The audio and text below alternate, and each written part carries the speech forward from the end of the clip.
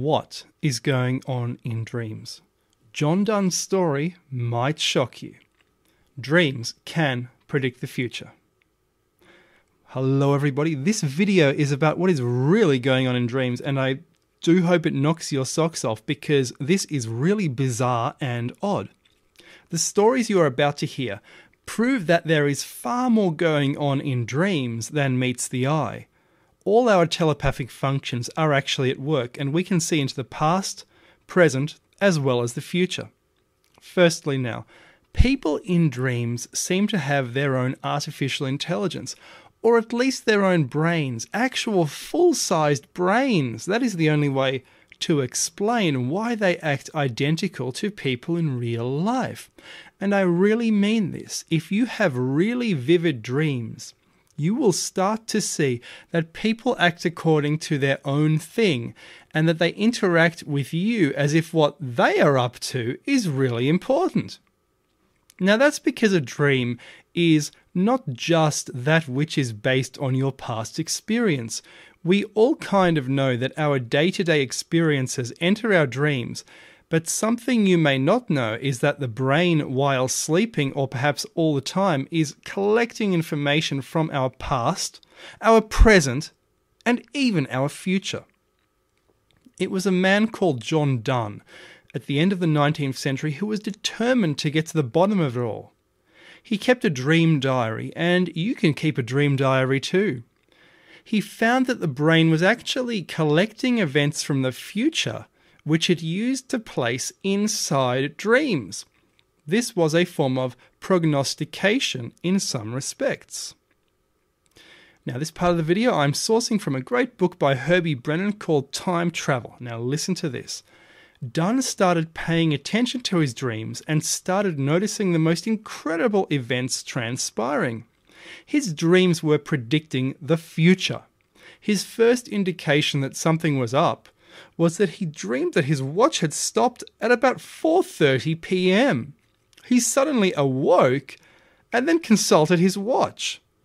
Not only had it stopped, but the time it registered was indeed 4:30 p.m.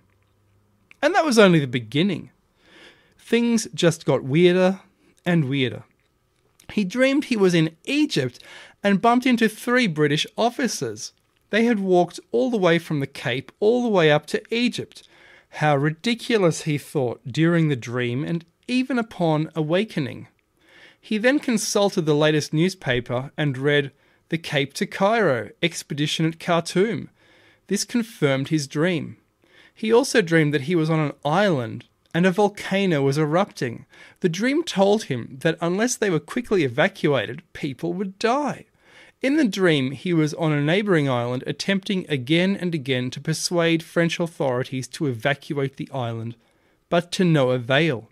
He woke up screaming that 4,000 people would die.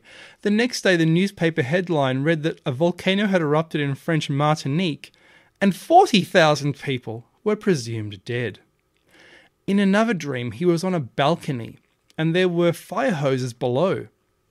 Suddenly, smoke rolled in and suffocated everybody around him. He later read in the paper yet again that he had been correct. A fire had occurred in a theatre, and the ladders had been too short to evacuate the people. Smoke rolled in and indeed smothered them. Dunne noticed that his dreams were never exactly the same as the future reality that would eventuate.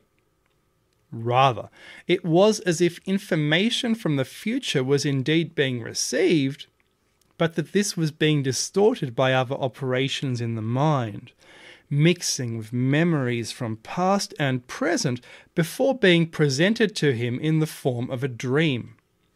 In one dream, a cigarette was flicked in Dunne's face.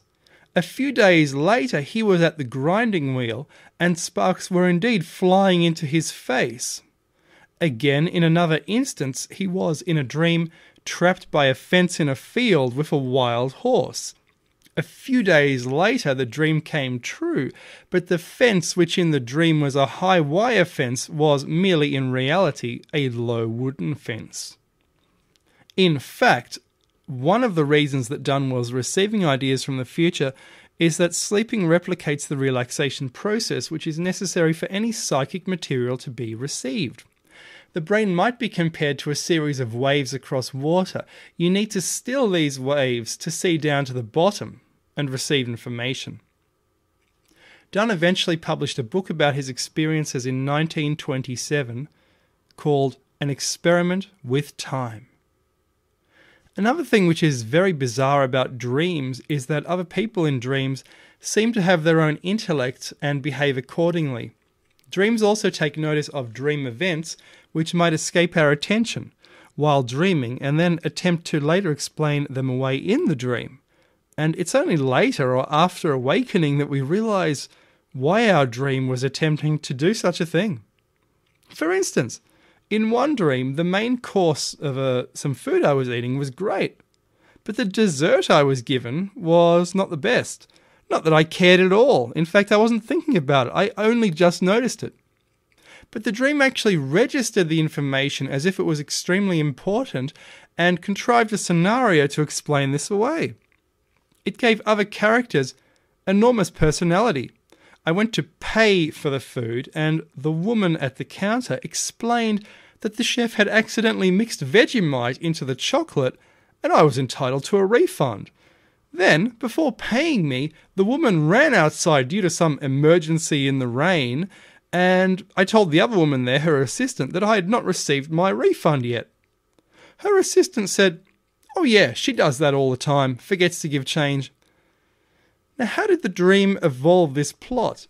People seem to have their own personalities and behaviors and their own minds inside our own dreams. Actually, almost the equivalent of having another human mind interfering or inside our own dream, strange as it may seem. I do wonder, is there any way to measure whether our brains access or use other minds, while sleeping? How else could John Dunn's experiences be explained unless he was accessing other minds? Dreams, they really are something. Anyway, if you liked this, please thumbs up and sub, as there's plenty more coming in this style, dealing with the big questions and intuition. Thanks very much, guys. Cheers.